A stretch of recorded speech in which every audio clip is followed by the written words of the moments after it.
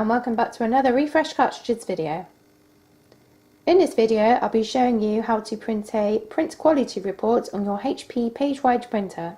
To start this process, you'll need to go to the home screen, you'll need to then select Setup, you'll need to select Print Reports, and you will need to select Print Quality Report.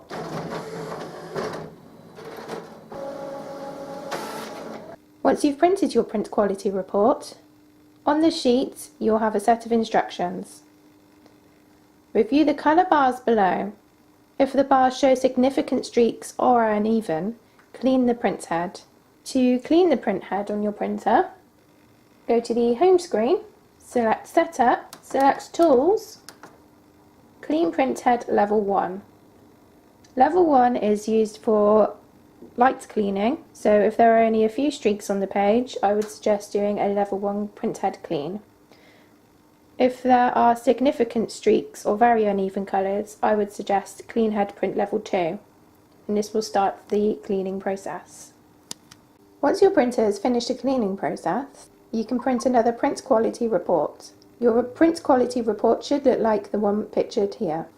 I hope you found this video useful, and thanks for watching.